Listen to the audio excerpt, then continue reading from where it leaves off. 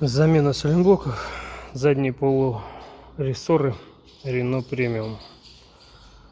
Ну, лично я делаю таким образом. Вывешиваю раму, устанавливаю откатники под заднюю ось и под переднюю ось. Снимаю с ручника и освобождаю полурессору. А визуально не определяется, что там есть проблема, нет. Возможно, если тут покачать каким-то образом. Все вроде ровно, ни ржавчины, ни просадки. Сейчас вытащу болт полурессору, опущу вниз и посмотрю. Предварительно какая-то проблема выскочила. Думаю, скорее всего, не в сайлентблоке дело. А вот здесь стоит шайба. С той стороны ее виднее. Вот она.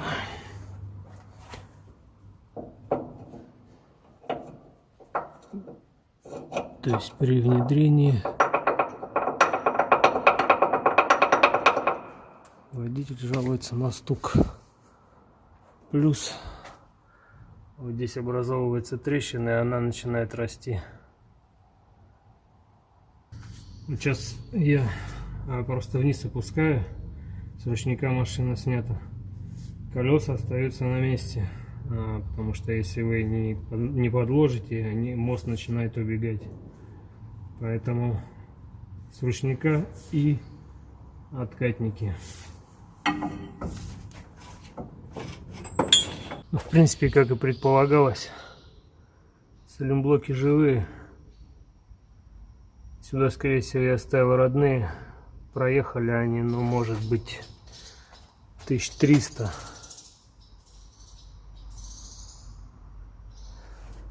А вот шайба, это, видите, мертвая сидит.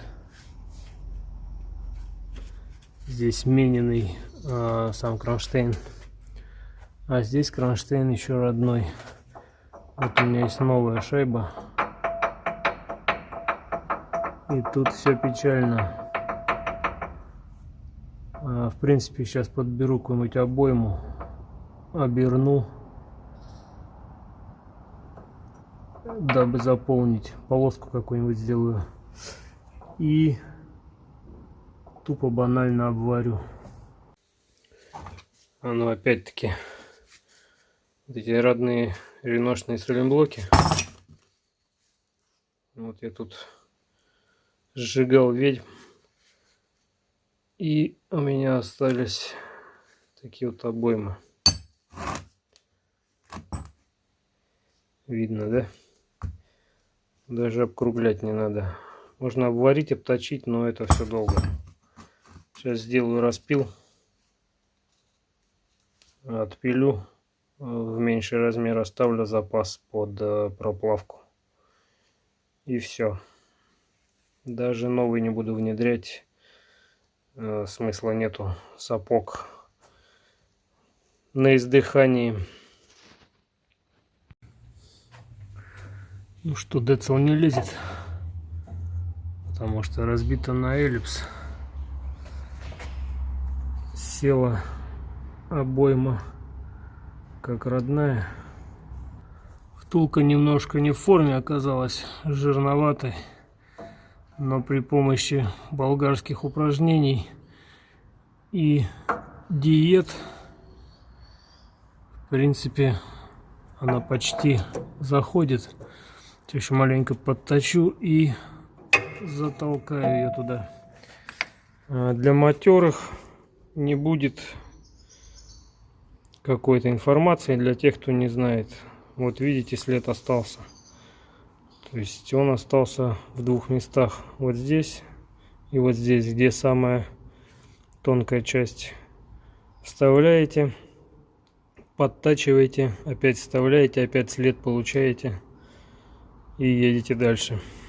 А вот этот бортик, образовавшийся по краям Он как ступенька, видите, упирается в нее.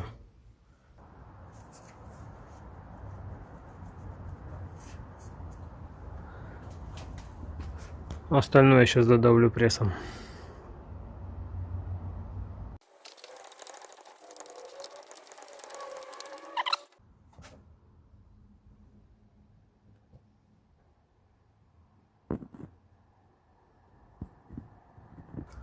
Осталось только вот с этой трещиной что-то решить, трогать ее или нет.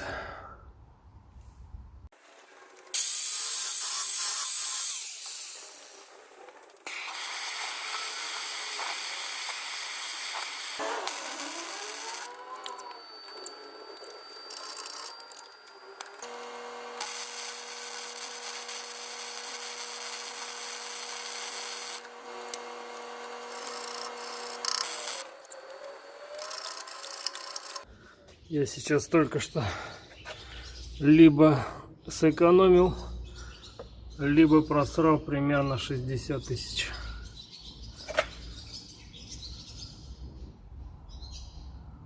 Не знаю, я не сварщик, варю на шару.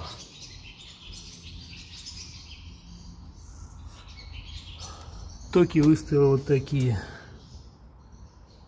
Подачу поменьше, вольтаж побольше и индуктивность побольше. Правильно или нет, покажет время. Сварщики, наверное, сейчас пошли в магазин за бутылкой водки.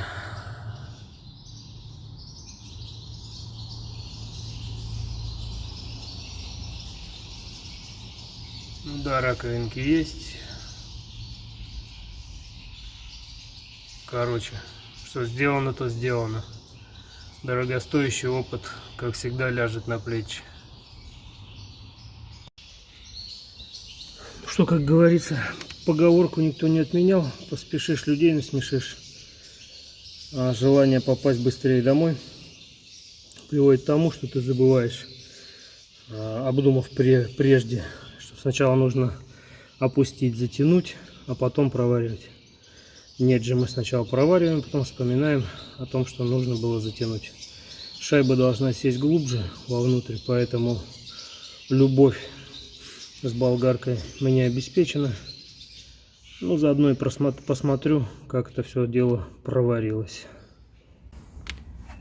Ну что, господа, вот она просела почти миллиметра на 4. И теперь вот здесь образовался правильный зазор.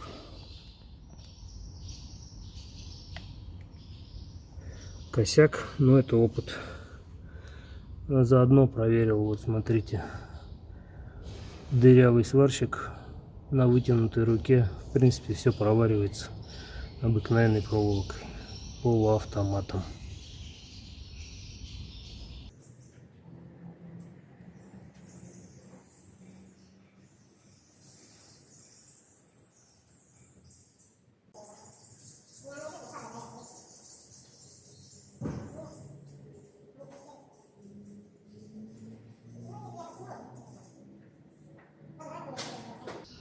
Ну, без краски никуда. На краске все будет держаться. Не будет краски, не будет ходу. Ну вот эта машина,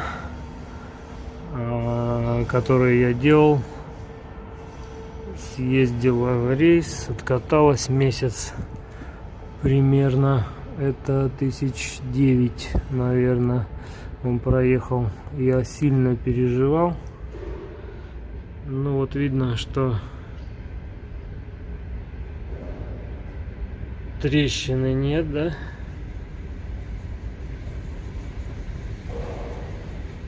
Я думаю, по краске бы трещина уже вышла.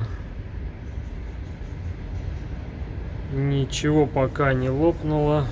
Трещины нет. Ну и соответственно, что у нас тут? Тут тоже все хорошо. Поэтому сварка полуавтоматом чугуна. В принципе, реально. Не знаю, насколько проходит, но я думаю, без без люфта, который образовался в том ухе, все это будет ходить.